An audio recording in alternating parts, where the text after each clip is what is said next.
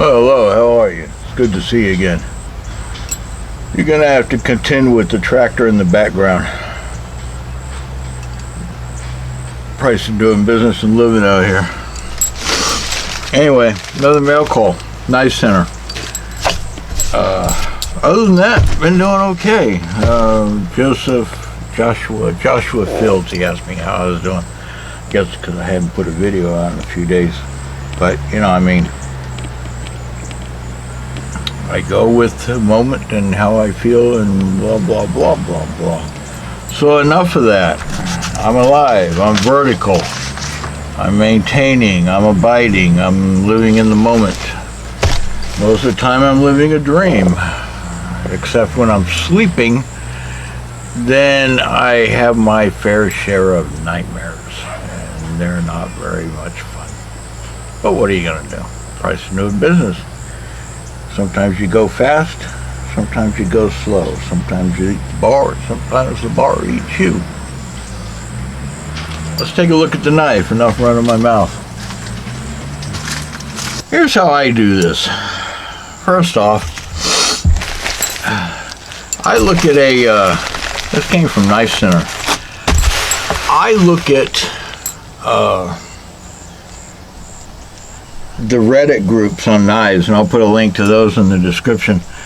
And the reason I do that is because, well, I like knives. I like to look at them. I like to see them. And once in a while I see a knife that I'm like, well, that's pretty fucking neat. And so what I did was I found it on Knife Center, and they mailed it out and got to me in like 3 days. This is a Kizer. And I have to ask, is it wiser to buy a Kizer? One never knows. So let's take a look. He got a nifty little box and a case and a little doodah folding thingy here. It's cardboard. You got a Kizer rag and a Kizer brochure, which is pretty neat. Not bad at all. Can't complain.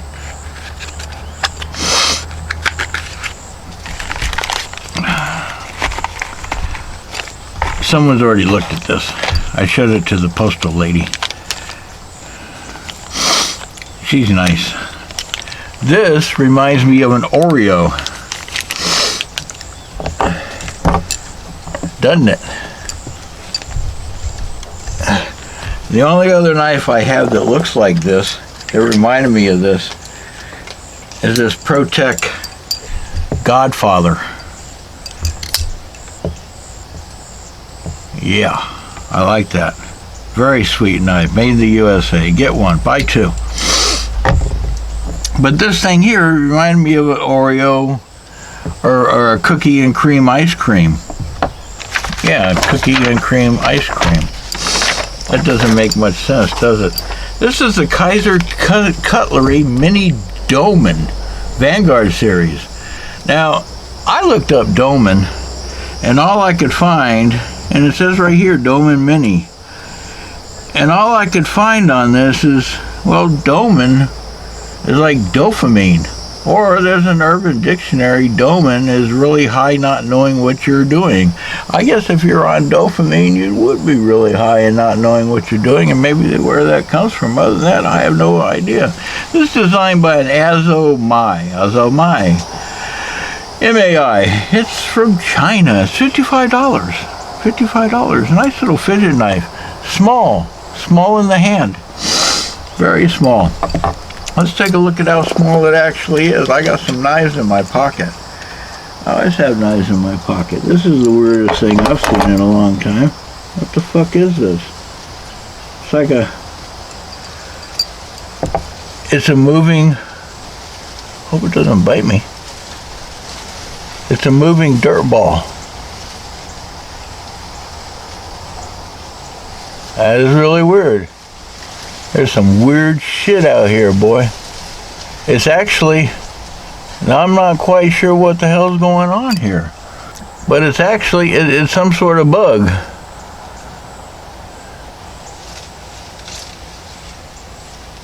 A moving dirt ball. Imagine that. Alright, moving dirt ball. Go about your business. That's odd. Some of the stuff is poisonous and will bite you, so you have to be careful with moving dirt balls. Back at the ranch. So here it is. This is the Mini Freek, compared to that in the size, and the Bug Out. So yeah, the wind's blowing. It's blowing my notes. Take note of that. That's why I'm procrastinating, or yeah, stalling. So, you know, about the same size. Oh, clothes, this thing is 3.97. So these are about the same, about 4 inches. Now the blade is 2.91. Comes open sharply. It's a drop point. I mean, comes open really sharp. Now the blade's on the, I always get these mixed up, man. The blade's on the Mini Freek and the Bug Out. The Mini Freek's about the same size. Bug Out's a little bit bigger. But yeah, it's that size of knife. Now that we're done with those, comparing it to the Benchmades, and here it is compared to an Osbourne, full-size Osbourne. So, you know, it's just a little bit smaller. So if you're looking for a knife about that size, hey, there you go. Overall, we're looking at 6.89 inches. Now this steel, they say it's a, I'm not quite sure what kind of coating they have on there, and it's very, it doesn't have much writing on it. This says Mini Domin, or Domin Mini, and we've already discussed that. Kizer. And without my glasses, it looks like it's, I don't know what the fuck it looks like. It looks like a date. Maybe the date it was made. I don't know. No telling. You tell me. What does that say? Yeah, you're in the same boat I am. N60, which is a stainless steel, and they say it has excellent edge retention. It's fine grained for better edge retention. I just said that. That's redundant. Cobalt enriched stainless. It's a bowler. It's got a 59 to 60 Rockwell hardness. Of course, I said it's a drop point. Now this here is a G10 with black G10 bolsters. Okay. Now a lot of people said in the group that this white G10 gets dirty easy. I don't know. We'll find out. Because yes, I will carry it. It's a nice little fidget knife. It's got some antiquing right here. You know, some patina. Or it's already been ground, you know, like it's been used. Stainless steel liners, stainless steel backing right here. Your tip is tip down, or tip up, or tip down. Yeah, no, it's tip up. I always get that backwards. Anyway, it's the way I want it. The clip is right or left hand. You can change it any way you want to. Short of the way you close it, it closes with a right hand. You know, I guess you could close it with your, as long as you're careful, with your left hand. But it can open up either way, which I'm not good at that because of the thumb stud. And my thumbs are very, very tender right now because I've been working on that damn, whatchamacallit, that Medford Sherman. I'm trying to get that damn thing broken in. This is on pivot on bronze bearings. 2.8 ounces coming out of China. 55 bucks. They got a lot of nice little things going on. Your screws are flat, they're indented. I don't see where they stick through the liner on the inside. Nope. So that's a good thing, unlike these Benchmades. That one's not doing it.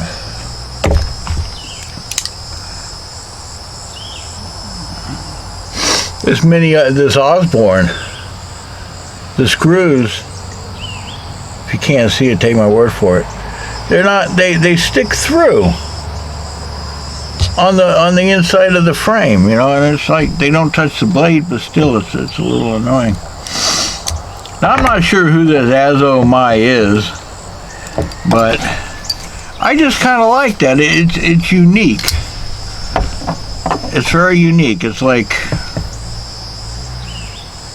just cool. You know, the black and the white. You know, it's like a little tuxedo. Ooh, ooh my. Ooh, ooh, ooh, ooh, ooh, ooh, ooh, ooh. Now they say this thing holds. That is a boy. Almost feels like a flat grind. I'll have to look that part up. Feels like a flat grind. Very nice. Very nice. Damn, that thing is sharp. Here's some tough little rubber that I had from my rifle. Yeah. This paper's been sitting out here, you know. But yeah, that's good. So, the question